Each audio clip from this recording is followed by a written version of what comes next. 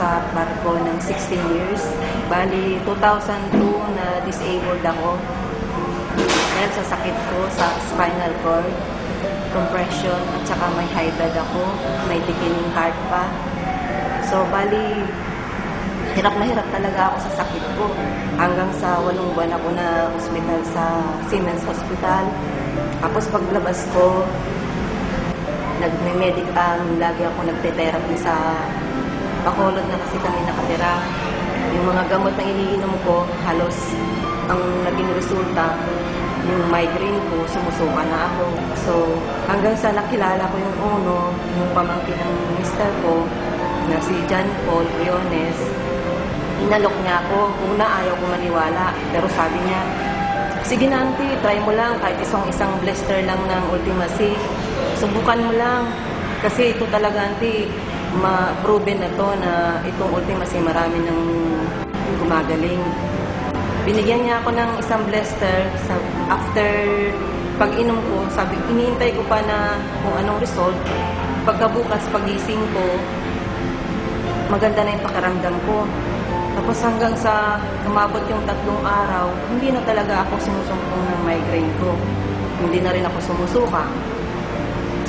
So after a week, si Paul bumalik ulit. Sabi niya sa akin, auntie, mag-join ka na para mas makatipid ka.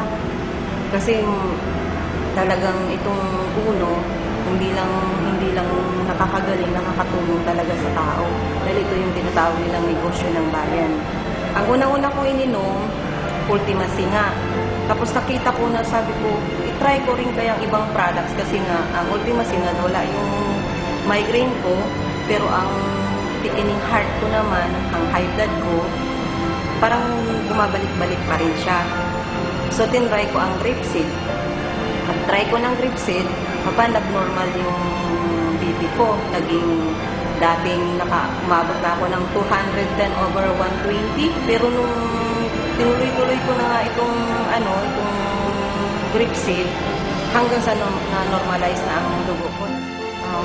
Kaya nagpapasalamat talaga ako sa Uno Products na talagang sobrang ganda sa taong nag-introduce sa akin ito. Siya yung talagang pinadala ng taas para lang gumaling ako. Maraming salamat. Number 1 ang produkto mo.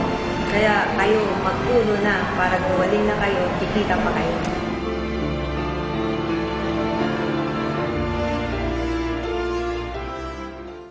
Si Darren po ay isang katulad ng mga kabataan ngayon, kung ano po yung natural na ginagawa ng isang kabataan, tapos nag-aaral, tumutulong dun sa negosyo ng kanyang lola, nagka-car wash. Siyempre, nanay ako, nakikita ko yung araw-araw na routine na ginagawa niya, tapos bigla siyang nakahiga lang maghapon.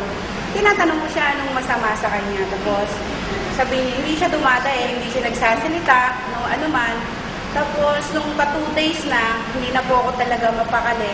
Tinanong ko talaga siya, kinausap ko siya ng sabi niya, Nay, halos 3 days na akong hindi napapaihi. Sobrang dito kasi.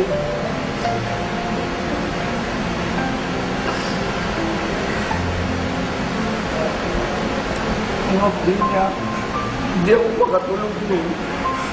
Kasi kapag iihi ako na doon sa loob, hindi ko may labas. Sobrang update niya, hindi ko makaya. Hindi ako makatulog doon eh. Kasi hindi, ayaw ko maniwala kay Nino na yung friend juice na yun na magpapalabas ng bato ko. Nung tinaray ko yun, doon ko nalaman, nalalabas pala yun kasi kahit ganun kapdi yun, ginawa ko yung dapat. Panahon yun, down na down po ako. Wala po akong alam gawin. Text lang po ako sa upline ko.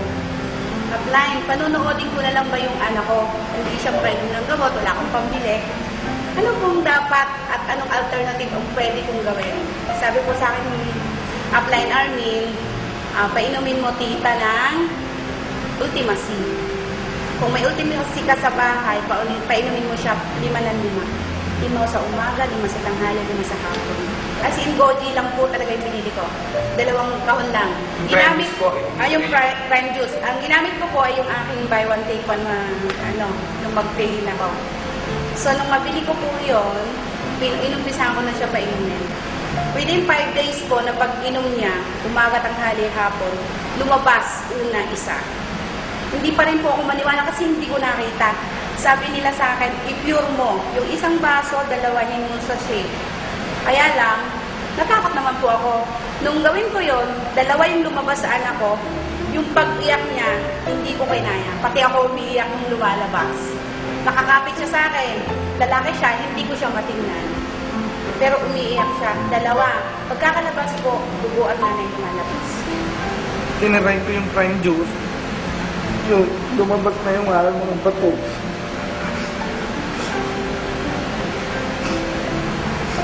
Ano nararamdaman mo ngayon po yun? Yung masarap na yung mga pakiramdam, yung pakalasa ko. Hindi dati noon na kapag ako nakahiga lang, pag uuwi ako, kung saan ako pupunta, may sakit ako, nilalagnat. Okay na. Yung aking ihi, dire-diretso na. Hindi katulad nung dati na kapag ihi ako, titigil siya. So, sobrang update bago palalabas yung bato. Yung pinakamasakit doon, nung pangalawang labas na, yung dalawang lumabas na bato. Hindi ko kinaya. Nagpapasalamat po ako ng marami kasi sa totoo lang, kung hindi sa prime juice, nako, baka po nangihingi na ako kung kani-kanino para mapa-opera yung anak ko. So, mas inaano ko po kung hindi pa man ako kumikita ng daan-daan libo, mas maganda ang nangyari sa akin.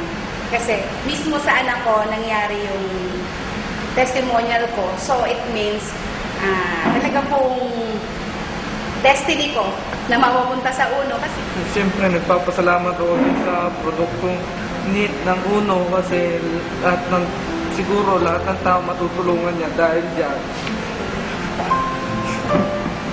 hindi ako nag-Uno, pinanindigan ko yung pag-ayaw ko sa upline ko, sigurado, malaking gastos na naman ito. Kaya napakalaking tulong po ng Uno. Yun lang po at maraming salamat.